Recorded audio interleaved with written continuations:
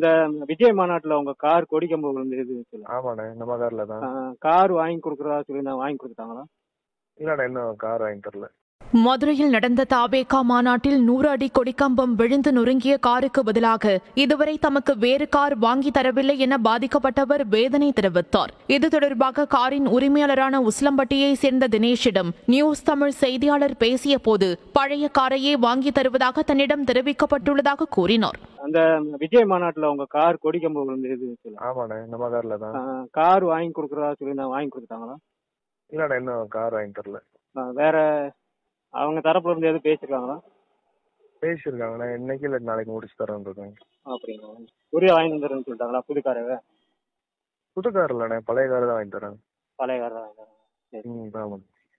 நீங்க அதுக்கு என்ன சொல்றீங்க? நம்மளுக்கு வண்டி வந்தா சரி தானே, வண்டி போச்சு, பதிலுக்கு வண்டி வந்தா சரி. என்ன நியூஸ்ல பேட்டி கொடுத்தேன்னு சொல்லிருக்காங்க. நான் வெளியே இருக்கேன் அப்படின்னு சொல்லிட்டு நான் எதுனால உங்களுக்கு நாளைக்கு கூப்பிடுறேன்னு சொன்னேன். எதுக்கு நான் யாருக்கு என்னோட போட்டோ வச்சு இந்த டிவில எடிட் பண்ணி போட்டுருக்கீங்க? ஆனா ஆபீஸ்ல இருந்து உங்களுக்கு 1000 பிரச்சனை இருக்கு. ஏன் பிரச்சனை என்னன்னு உங்களுக்கு தெரியுமா? எனக்கு டெய்லி இல்லைண்ணே, இன்ன வரைக்கும் டிவில இருந்து டெய்லி அப்டேட் கொடுக்குறேன். வண்டி அட்வான்ஸ் கொடுத்தது இன்னைக்கு செட்டில்மெண்ட் முடிச்ச வரைக்கும் என்கிட்ட எல்லா டீடைல் இருக்கு, போட்டோ ப்ரூஃபோட இருக்கு. நீங்க யாருக்கு என்னோட போட்டோ வண்டி தரேன் நான் உங்களுக்கு சொன்னேன், வேற பிறகு உங்களுக்கு சொன்னேன். அப்புறம் எப்படி டிவில இருக்க போட்டோ யூஸ் பண்றீங்க? ஆனா உங்க போலீஸ் கம்ப்ளைண்ட் பண்ணவா? இல்ல 25 நாள் வீட்டு பிரச்சனை இருந்து எல்லாத்தையும் பாத்துட்டு இருக்காங்க. நீங்க எதுக்கு இப்படி வந்து தேவையில்ல வேலை பாக்குறீங்க? உங்களால வண்டி போச்சா நீங்க வாங்கிடுறீங்களா?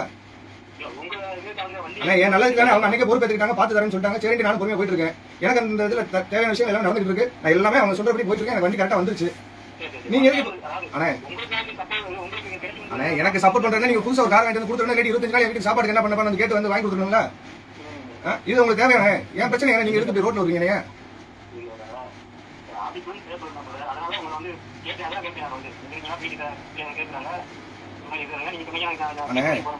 நியூஸோட சட்டப்படி நீங்க ஒரு விஷயத்தை தெரிஞ்சுங்க. ஒரு போட்டோ வெளியிறதோ ஒரு வாய்ஸ் வெளியிறதோ என்னை கேட்காம நீங்க வெளியிடுறது மகா தப்பு. நீங்க என்கிட்ட பேட்டி கொடுக்குறீங்கன்னு கேட்டீங்க. ஃபர்ஸ்ட் நான் என்ன சொன்னேன்? ஆனா இல்லன்னா நான் இதனால பேசிட்டு கூப்பிடுறேன், எல்லா வேலையும் பேசிட்டு இருக்காங்க அப்படின்னு நான் தான் உங்கள்ட்ட சொன்னேன். அப்ப யாரை கேட்டு என்னோட போட்டோ வச்சு வீடியோ எடிட் பண்ணி போட்டீங்க வாய்ஸ் ரெக்கார்டோட?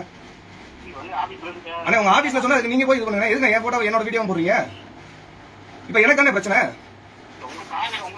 அண்ணே, கார் பிரச்சனை 25 நாளா என்னாச்சு நீங்க கேட்டீங்களா? எனக்கு 25 நாளா என்ன வேலை நடக்குது நான் கூட கேட்டீங்க. அந்த நடந்தது பூரா உங்களுக்கு ரெக்கார்டு போட்டோவோட அனுப்பி வைப்பேன் நான்.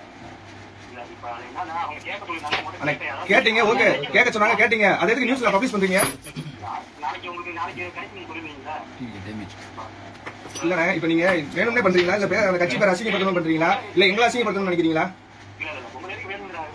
அப்ப என்ன கேட்டீங்க, நான் உங்கள்ட்ட என்ன சொன்னேன்? இதை வச்சு நீங்க அரசியல் பண்ணலான்னு பாக்குறீங்களா?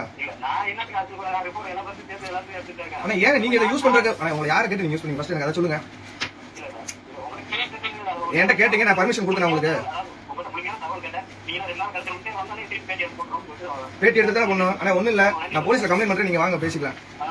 சரிங்க, உங்க பேர் மாணிக்கம் தானே? நியூஸ் தமிழ் உசிலம்பட்டியா? சரிங்க, நான் கம்ப்ளைண்ட் பண்றேன், நீங்க அங்க பேசிக்கங்க.